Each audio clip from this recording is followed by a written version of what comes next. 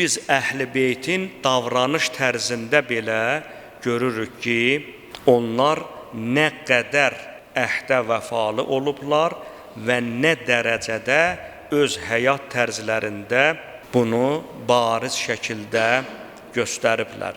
Hətta biz istər Siffin müharibəsinə, istər Kərbala müharibəsinə, döyüşünə baxdıqda da görürük ki, imamlarımız ən ali səviyyədə verdikləri əhdi qoruyublar. İmamın Muaviyə ilə yazışmasında bir nöqtə var. İmamın səhabələri həmin sonradan o müqavilədə əksini tapmış məsələnin pozulmasını istədikdə görün İmam əleyhissalam nə buyurur? Mən nifrət edirəm əhdi pozanlara. Əhdi pozmaqlıq, yəni mənim nəzərimdə ən nifrət edici haldır. Və yaxud da biz Kərbəla hadisəsinə baxdıqda bilirsiniz ki, belə əhdləşmə olmuşdu ki, təkbətək döyüş olacaq.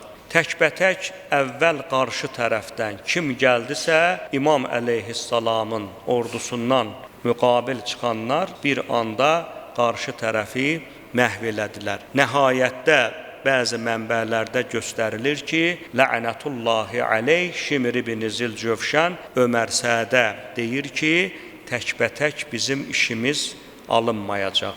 Sən göstəriş ver, tökülüşsün meydana gələnin üzərinə.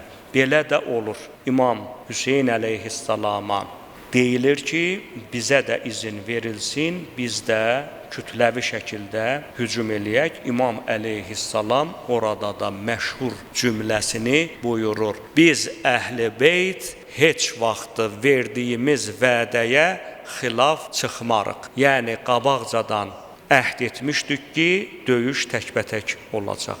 Baxın, İmam Hüseyin əleyhissalamın o anında belə verdiyi əhdə necə riayət etməsi göz qabağındadır.